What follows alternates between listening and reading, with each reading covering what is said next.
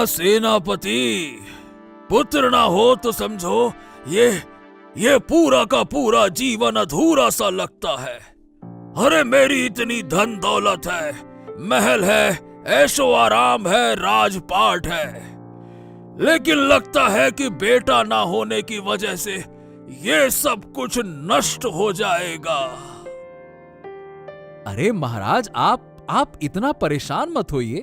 बहुत से लोग हैं दुनिया में जो निसंतान हैं, और आपकी तो दो बेटियां हैं महाराज। ये तो बड़ी खुशी की बात है ना।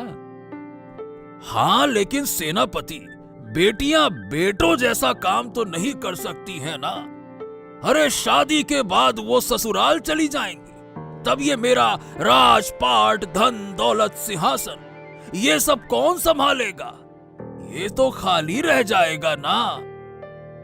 तो महाराज एक काम करिए ना, किसी बेटी की शादी दूसरे प्रदेश में ना करके अपने ही प्रदेश में कर लीजिए, या किसी ऐसे लड़के से करिए जो आपके महल में आके आपका पूरा राजपाट संभाल ले। ऐसा भी तो हो सकता है। हाँ, हो तो सकता है, लेकिन हमें ऐसा योग्य लड़का कहाँ मिलेगा जो हमारा राजपाट संभाल ले? महाराज, अगर आप अनुमति दें तो अब मैं आपकी बेटी से शादी करना चाहता हूं। अब देखिए महाराज, मैं सेनापति हूं और मैं आपके बाद राज्य बहुत अच्छे से संभाल सकता हूं। तुम्हारा प्रस्ताव उचित है सेनापति, बहुत बढ़िया प्रस्ताव है, लेकिन ये बताओ कि तुम मेरी किस बेटी से शादी करोगे? दोनों का समान अधिकार है। हाँ, तो दोनों को बराबर अधिकार मिलेगा महाराज। हाँ सेनापति, क्योंकि मेरी छोटी बेटी लीलावती बड़ी रानी की संतान है और बड़ी बेटी मायावती वो छोटी रानी की संतान है। अब ऐसे में हम तय नहीं कर पा रहे हैं कि किसे सिंहासन दिया जाए।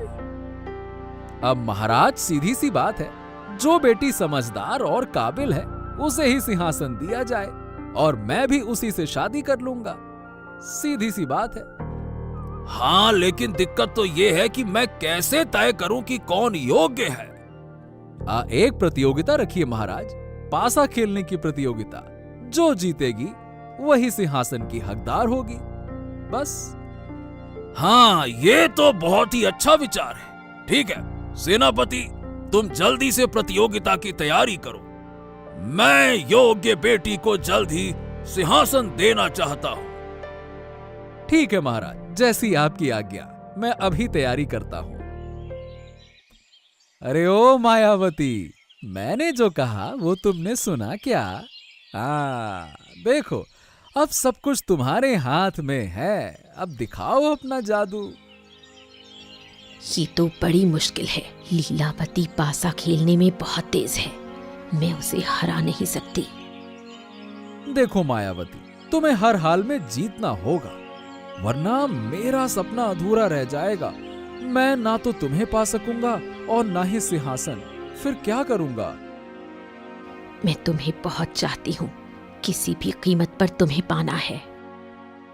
तो पासे में लीलावती को हराओ मायावती। ऐसे पासे फेंको कि वो चारों खाने चित्त हो जाए, और अगर जरूरत पड़े तो धोखे का सहारा लो, क्योंकि प्यार और जंग में सब कुछ जायज है। जो करना है वो करो, लेकिन जीतो। धोखे देने में तो मैं माहिर हूँ।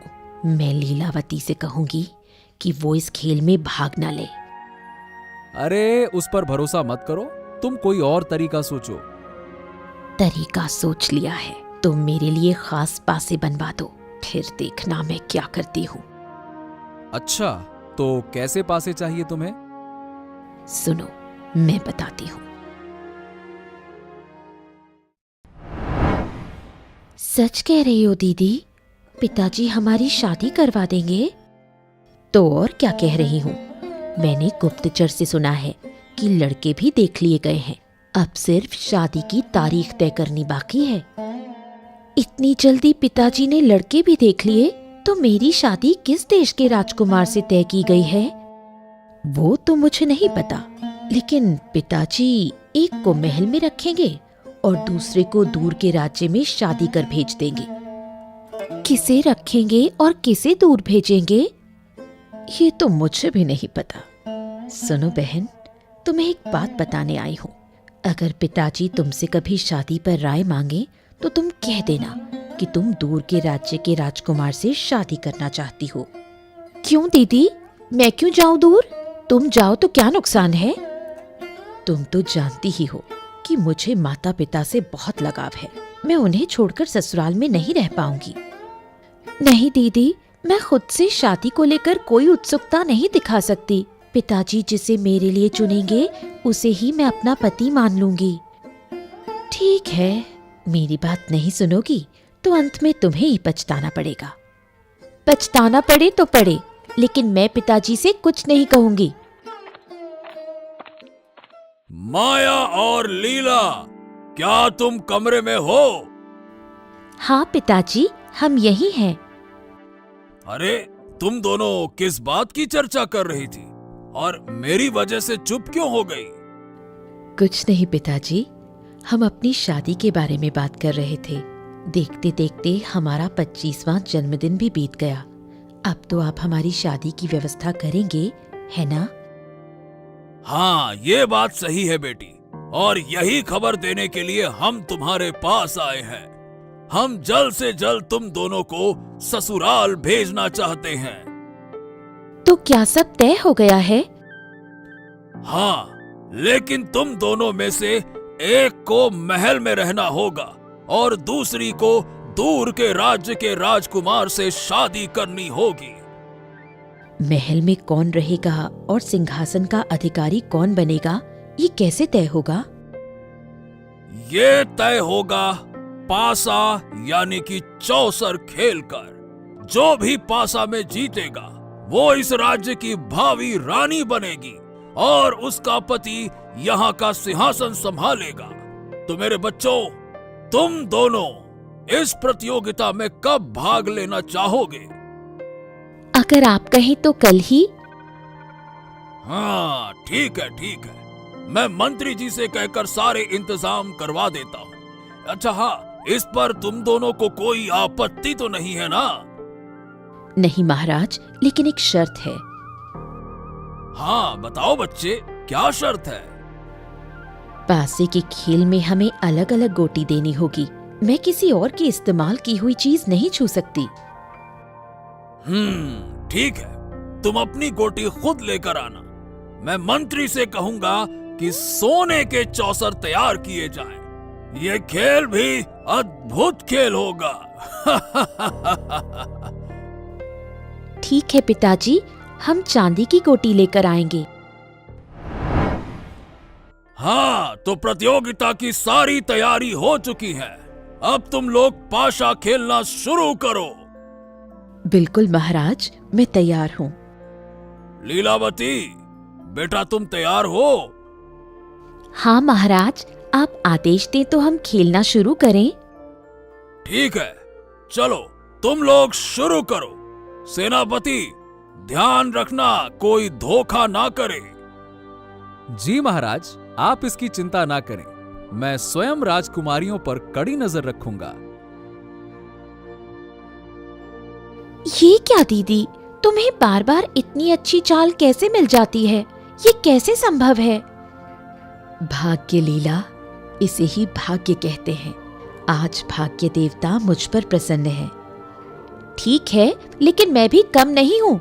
जैसे भी हो तुम्हारी चाल को रोकना पड़ेगा। कोशिश कर लो, लेकिन हो सकता है कि तुम अपनी सारी गोटी गवा दो।